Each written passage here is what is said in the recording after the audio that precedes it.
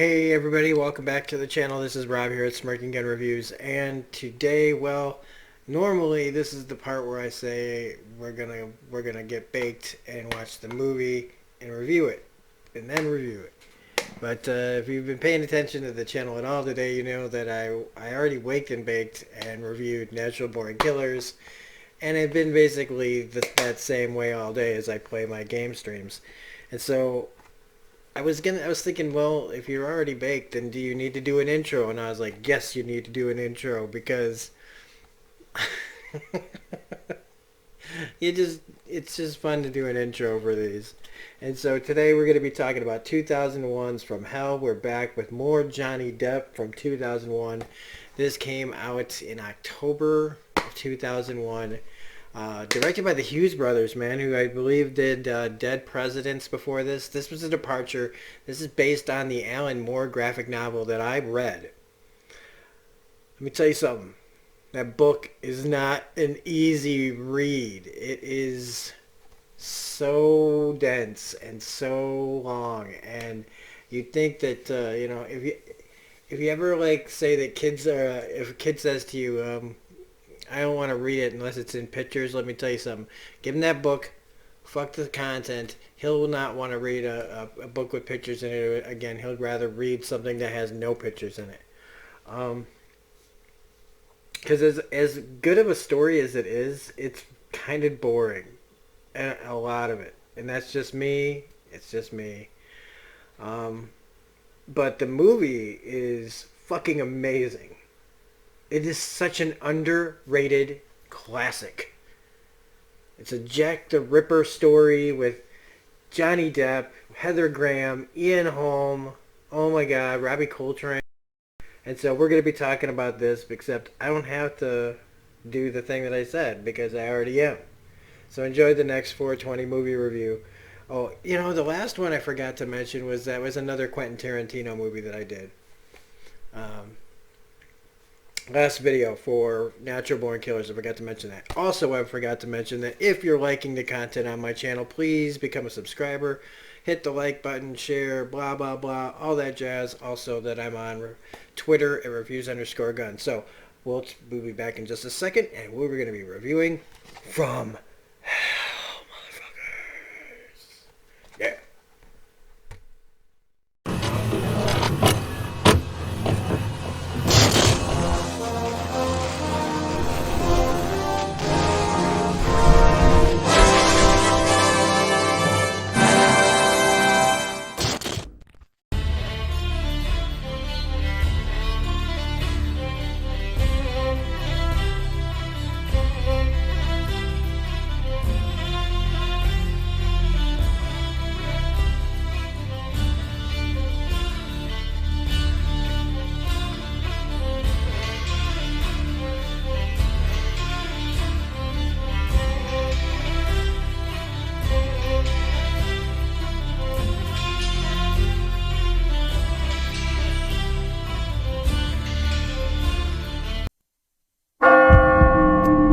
Inspector, I know your reputation for making brilliant guesses that turn out to be right. Someone told me you claimed to dream the answers.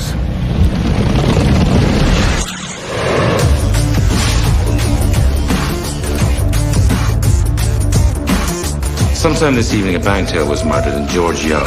That doesn't sound much out of the ordinary. It was the way she was done, Inspector. It was the way that she was done that cries out for a man of your talent.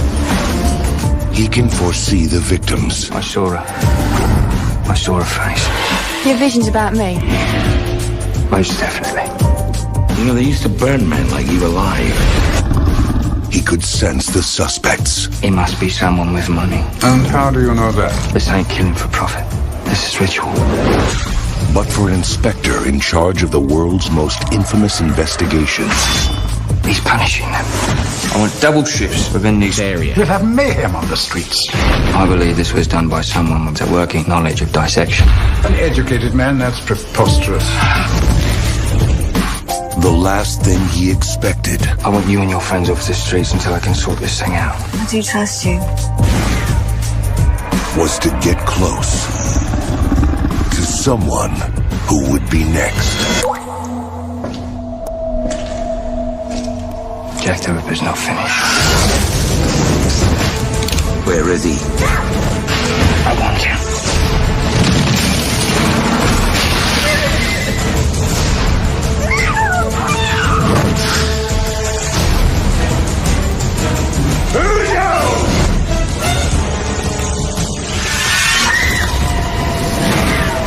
One day, men will look back and say that I gave birth to the 20th century. You're not going to see the 20th century.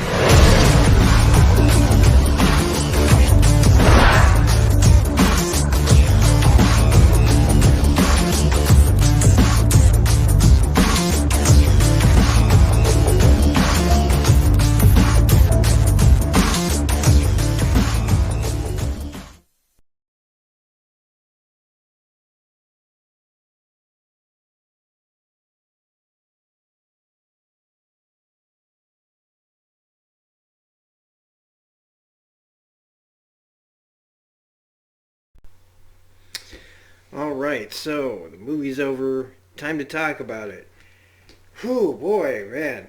It's been a day, right? And this movie is one of those forgotten gems. I feel like this is 2001. This is before Pirates of the Caribbean, you know? So Johnny still had his street cred from all the way back to, like, I mean, we liked him on 21 Jump Street, but, you know, he was in a lot of people like Cry Baby. You know, you have Edward Scissorhands, you have What's Eating Gilbert Grape, you've got, I don't know if Blow came out around that time. Blow, this, Donnie Brasco, Ed Wood, Sleepy Hollow, so, and Fear and Loathing. So we've got these really good movies that he did in the 90s. Like, I feel like the 90s really were Johnny Depp's heyday, as far as I'm concerned. Because it was before the circus act really became a circus. Once he became Jack Sparrow, everything changed. And it just never got, I don't know, back to some sort of normalcy for his career, in my opinion. Like, I like Johnny Depp. I just don't like him in the same way I used to. Until I watch these, and then I go, oh, fuck yeah. Fuck yeah, I remember. One cool thing that I hadn't popped this DVD in, because I'm watching it on the old school DVD, man. Like, it's one of my oldest movies. I've had it for like 19 years. Which is not that long, really. But you know, DVDs didn't get started until fucking 2000, 1999. Yeah, around 99. Again, 99, man. Fucking 90s gave us DVDs, motherfucker! But when I put it in, it had the old THS Lucasfilm logo doing a. I'm like, oh my gosh, we were still doing that in 2001.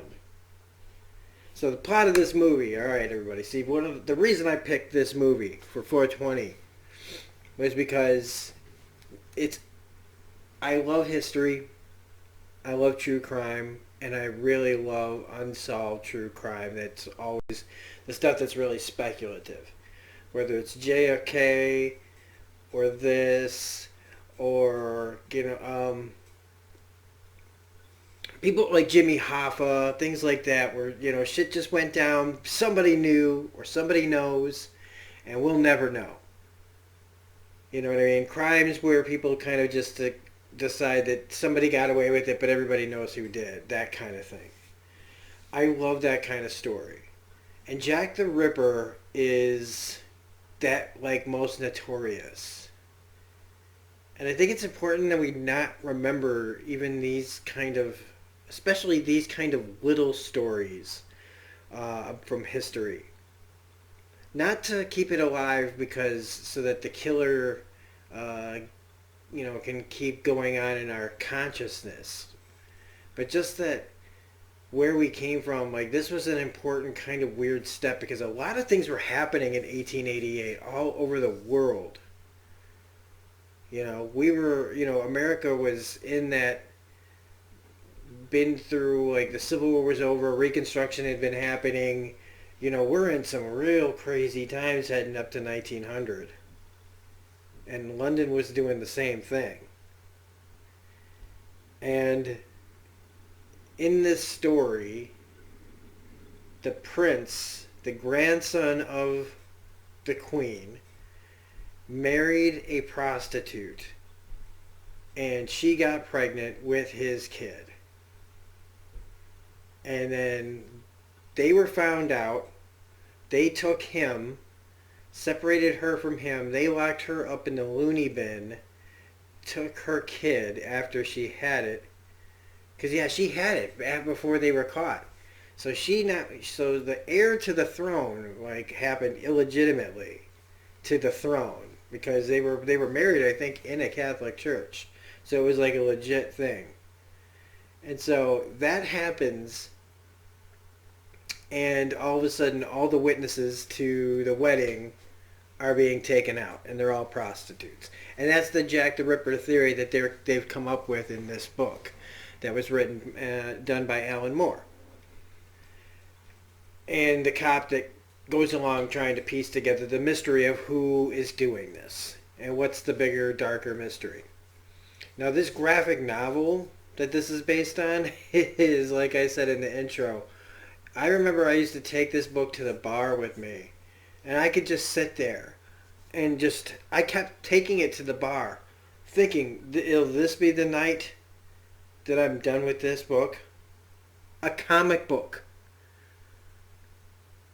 And every night it was, nope, you didn't get that far, because it was so dense and so hard to read, and sometimes you had to really think about what was happening on the page, because the book is the entire journey, like, of this case. Not just the 2-hour movie, like here, that they had to kind of really ramp through it. It does a really good job at doing everything that they needed, telling you everything you needed to know for this movie. It was that, in that respect, it was really well done. And so and we know that Jack the Ripper killed a certain amount of people and was never found. And there have been all these theories over the years of who did it. And in this movie, the theory that they pose at the end is that it was the royal physician who is part of the Freemasons, and it was given to him as his duty to get rid of the people that knew about what was going on. And it was supposed to just be take them out and quietly and be done with it. But instead what ended up happening was this guy went way off book because he'd been suffering from brain seizures and starting to really take shit from the Masons seriously. And so he was not thinking right, man. He was completely out of his mind and was reenacting torture scenes from the book of the Masons about, like, it just got real crazy. And so, like, and then they end up locking him up and giving him a lobotomy, and that's the end of it. And it's one of those just dark, they have to explain how he doesn't get caught, how nobody knows, and it's done really, really well. The Hughes brothers here really do tell that story fantastically.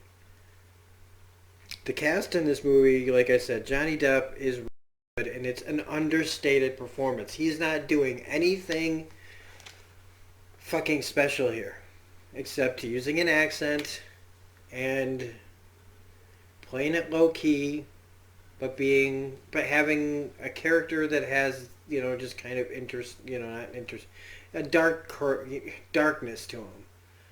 The absinthe and the opium and the fact that his character has visions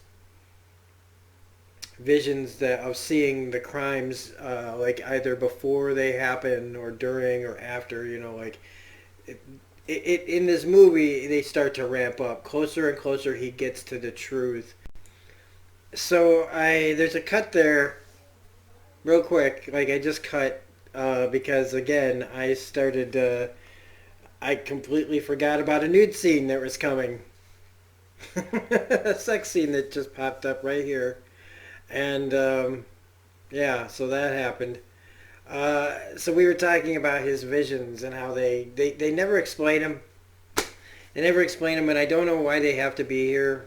I really don't know why it's necessary to the plot at all that he have this psychic drug-fueled, absinthe-filled trip. Just other than to add it more character and maybe to get Johnny Depp. Maybe Johnny's like, hey, I need some more motivation for this guy. So why don't we make him a fucking drug addict? But I think that shit was in the books, but I'm not 100%. In fact, I'm almost sure it's not. I'm almost sure it's not. I'm almost sure that one of the reasons the book is so fucking hard to read is because Aberline is just a nothing. And maybe they saw that on the page and went, what the fuck are we going to give Johnny to do? There's nothing on this page. I'm thinking that might be it, but maybe I'm wrong. Somebody in the comment section that loves this book is going to hear this and go, motherfucker, I'll tell you what went down on that book. Aberline was like this, bitch. I always try to get ahead of the criticism. Hey, tell me what happened. I don't care. Heather Graham in this movie. Heather Graham, I think what happened with Heather Graham is she's a good actress. I remember her all the way going back to Drugstore Cowboy, License to Drive, fucking Twin fucking Peaks, motherfucker. Annie. And so she can act. She was also so beautiful. She's so beautiful. Heather Graham is... Man, she is so, and yeah, I kind of like had a little stroke for a second there. Heather Graham, she's unfortunately so pretty that it just like, and she's done, plenty of adult scenes and things like that. I don't know if that's what held her back or what, man, but she's a good actress. And she's really good in this. She doesn't get much to do. She has to pontificate a little bit. I've been saying pontificate a lot lately. I think that she has to talk about to Johnny Depp like how bad everything is for the women in this, and it's true. It's terrible, but it's like that's the main thing is that the women in this world are treated terribly, and that's a big part of this like movie is that look of just women are just so throw away. It's so fucked. And Ian Holm in this movie. Ian Holm, man. As William Gull. Sir William Gull. Oh, man. Is this guy like... Ian Holm all the way back to Alien. To The Fifth Element. This movie... He's all over the place, man. Like, he's been in so much stuff. I shouldn't just narrow it down to that. But, like, in this movie, like, Bilbo Baggins, man. Lord of the fucking Rings, Bilbo Baggins here. Like, this is right around the time of Lord of the Rings. I remember Fellowship of the Ring came out in, like, 2001. I want to say, same year as this, maybe? 2001, 2002? I saw Fellowship in Wisconsin, and I left Wisconsin in July of 2002. So, however that was, if Lord of the Rings came out in 2002, it was like early, like spring, like maybe March or April. Whatever. What the fuck? Talking about Lord of the Rings. Well, anyway, Bilbo Baggins is in this, and he is so good as the doctor who turns out to be the guy. Like, it's just... I don't remember if I suspected it. I have a feeling I didn't see that coming back then. But when it's revealed, and how he is in this movie when he's revealed, it's so fucking weird. that I kind of go, well, yeah, this guy's got brain seizures, but man, he also seems to just be, he plays himself off as such a nice person, but that darkness inside is so dark that it's one of the reasons why it's also why I picked this, is because Ian Holm is so fucking unbelievable to watch while you're toked up, man, and just watching this movie, because this movie, I realized, is also can be very as much as boring as the book is, because you have to just want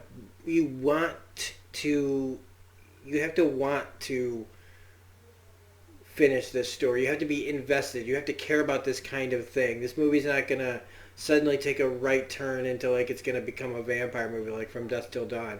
Like, it is what it is. It's not too trippy except for the vision sequences. It's just a really, if you like to sit and listen and see kind of true crime play out, that's what this is, except 1800s instead of modern day.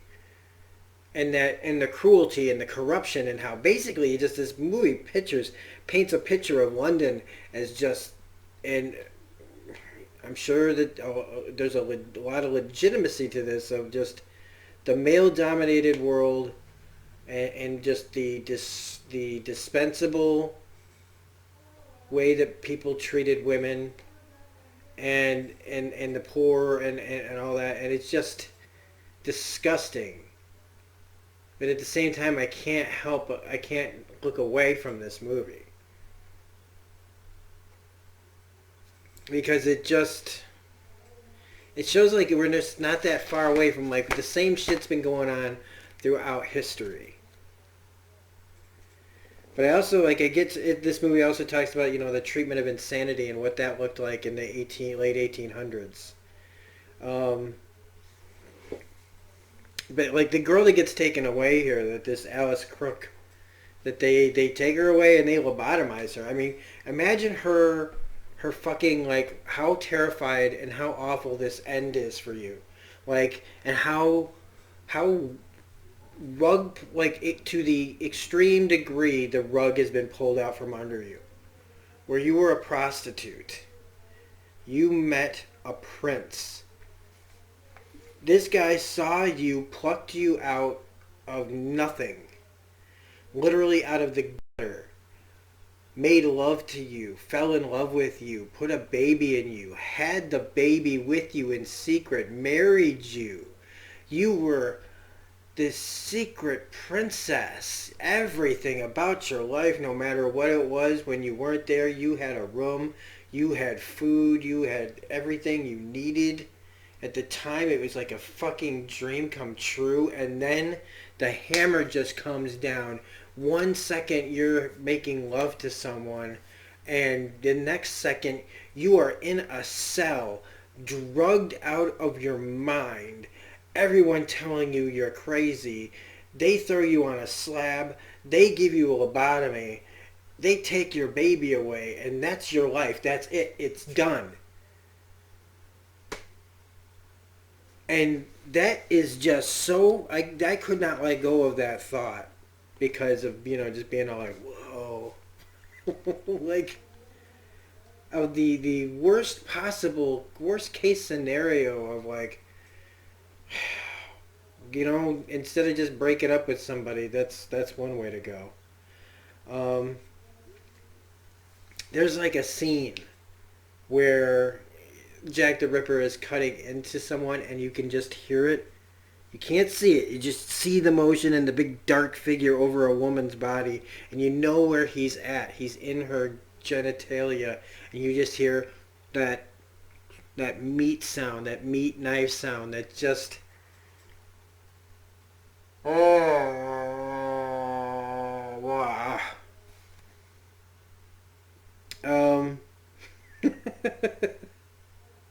Yeah, hearing him writing into flesh and taking her maidenhood is just beyond problematic for my brain, is what I wrote down.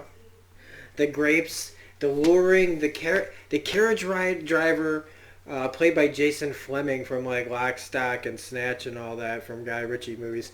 The job that they made this guy do, because they would have just killed him. They would have just killed him because he knew, right? He knew, and maybe they did kill him afterwards. I don't know if they even say. If he just, they need this loyal guy, like, hey, here's a guy who won't fucking talk. But this guy that they get him to they give him a place to pick someone up. So Ian Holm, the Jack the Ripper guy, tells this guy, here's where I am. So take me here. Drops him off, says, pick up the girl there, bring her back. So this guy's got to go out there, pick up a specific prostitute, lure her into his carriage to take her to another place secluded to some fancy man who doesn't want anybody to know. None of these women are particularly beautiful, and there's a murderer loose and they know it. And how do you get people into your carriage when clearly you should be, their guard is up? And he has those grapes that are, and then the wine that's laced with laudanum. All these fancy things that somebody who just is starving and has nothing, how they just did, that just was so like a perfect siren song, a perfect trap, a perfect just give it, like people just couldn't resist it. It was just, life sucked so hard back then that it was just like lambs to the slaughter. So then he puts them in the car and he takes them to this secluded place where he knows what's going to happen, and he leads them right to the guy, like basically just putting him right in front of the fucking sacrificial altar. And it's just, even though it weighs on the guy the whole time, he continues to do it, even to the point where he is holding one down while he cuts her throat in front of him. It's so fucking crazy. And why the ritual? Why not just have had these women rounded up quietly, thrown in the back of a van, taken out somewhere secluded, pop, pop, pop, pop, pop, just over the back of the head, whatever, mass grave, bury them, done. Why all the ritual and all that shit? Even with Jack the Ripper. But if this was Jack the Ripper, right? If it was the doctor thing, right? Why... If it was some sort of government thing, if it was some cover-up, why not do it like that? That's the thing that bugs me. Because it just doesn't make sense to make it look like that, except like I said, they were trying to like bring up racial stuff with Jews and butchers and gypsies and blame, like people were always doing back then and still kind of are.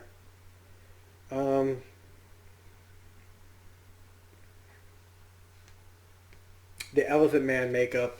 John Merrick, that's a story. John Merrick, the Elephant Man. Like, that's a forgotten one, too. People shouldn't forget the Elephant Man. It's crazy and how people saw things and did things. And the disfigurements that are still out there in third world countries and things that can happen still here. It's not as prevalent here in America, I don't think. But John Merrick, the Elephant Man, had this elephantitis all over his body. It was a very sad story that David Lynch made into a movie. There was a made-for-TV thing that I saw back when I was a kid, and it scared the bejesus out of me. But I've always been fascinated by that story too, the Elephant Man. Look it up if you don't know what I'm talking about. The makeup was very well done. It's the most realistic that I've ever seen anybody take on the Elephant Man since David Lynch's Elephant Man. Gull in this movie, Ian Holm, he's also so charming. That's the part, like I'm saying, like we've given it away. Like I said, spoilers, man. Like you know what you're watching. Ian Holm all the way up to his reveal, up to we don't even know that Johnny Depp knows until he really just says it. He just comes right out and says, hey, they came to you, right? Just boom. Right out with it. But everything up till then, the way he portrayed Gull was that there's no way this guy could be doing it. You don't see him as some... He seems feeble. He seems shaky. He sells it so well. He's so good and charming that you just fucking... forget that throughout this entire movie, he's basically right out there in the open saying, this guy knows how his way around the body. And he's a surgeon, a former surgeon. And I think that they say a few key words to make you think that it wouldn't be him, like brain seizure, the thing like that. Like he just teaches now he's physically incapable of doing things like that. Plus he's older. You know, that way that he made them all the way right very up to the very last second is just that regular ass guy, and then boom, the eyes turn black, and it is just on. It is so creepy how he just turns it on and off like this kind old man, and then all the things that he says, you know, you degenerate, you know, just like, man. I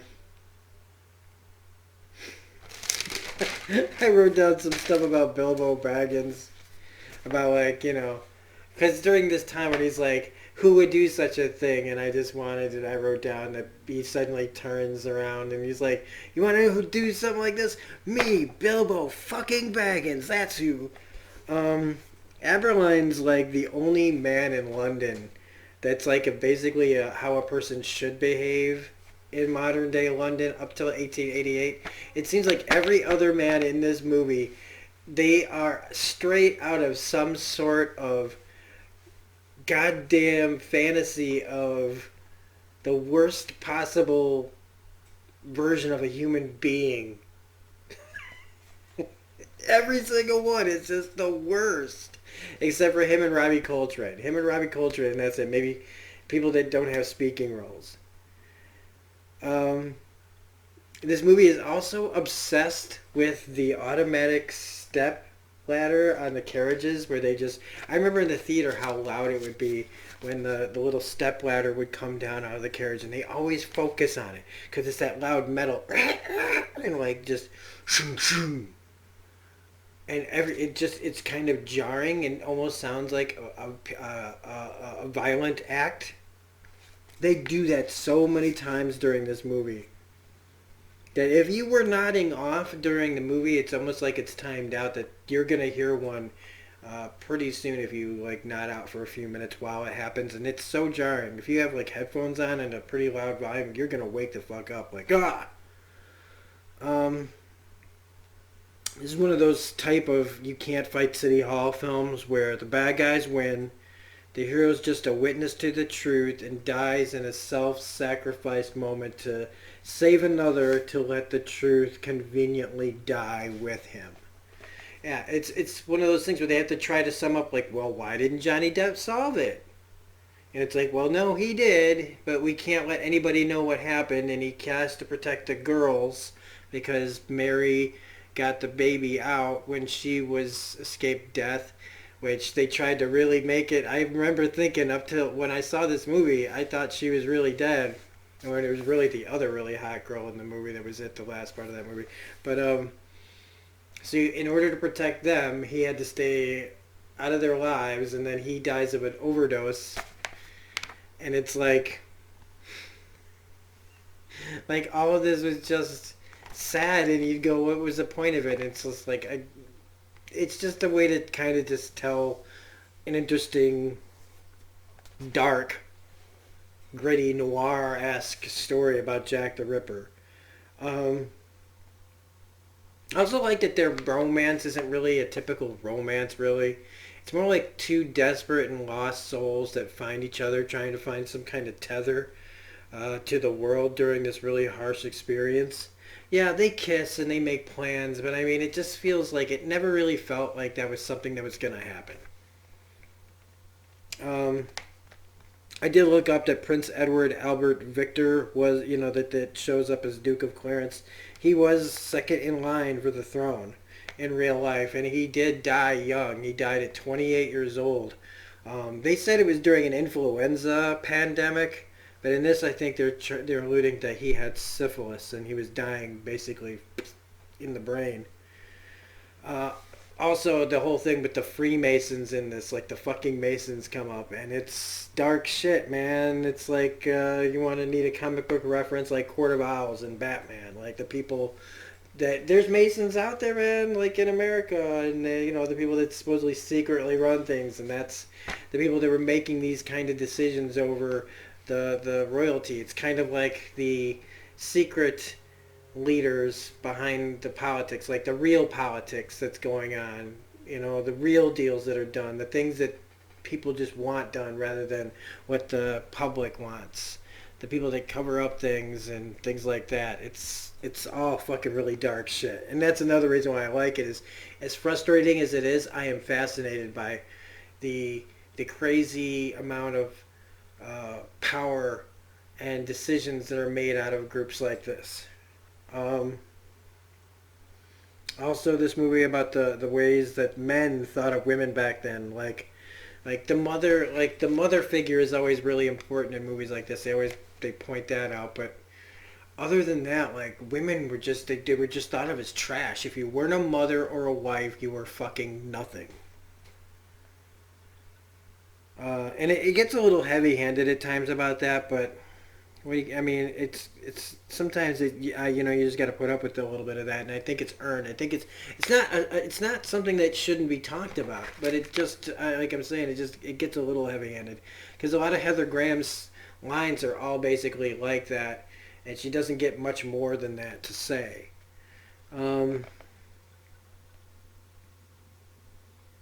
The body, so like it turns out he's been arranging the bodies in a Freemason symbol, reenacting stuff. When he gets knocked out, though, when Johnny gets knocked out at the end of the movie, like right before he kills the guy, I was like, they took that away from him. Like, I feel like if you want the audience to cheer, at least say let Johnny that he killed the guy, but somebody else, like the carriage driver, was forced to kill the girl and make it look like the Ripper did it, but then he went too far and he messed it up and he just made a mess of it. And Johnny did kill the guy, but they still covered it up, that kind of thing. That would have been nice, but they really went, like the Hughes brothers went super dark because, first that one cop that I hated with the white hair in this movie, Kidney or whatever his name is, gets his face dragged from a horse carriage down the road, like face planted down, like. Argh! But then after all is said and done, and he gets a promotion and all this shit, he overdoses on opium and absinthe and this shit, and he dies.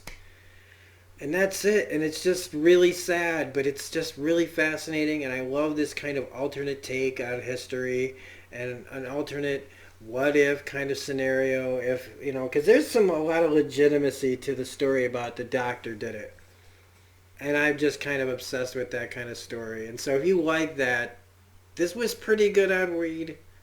It wasn't probably necessary, but I made it necessary for this show.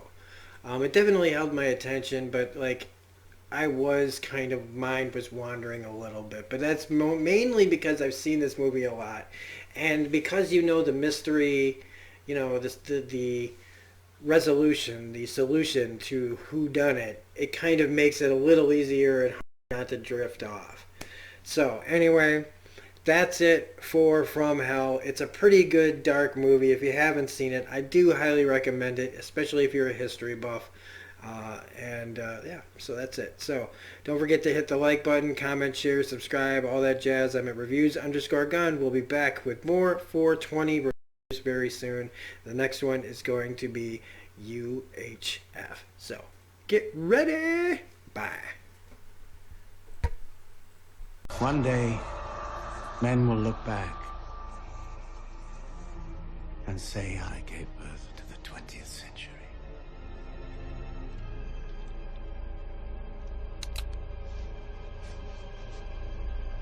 You're not going to see the 20th century.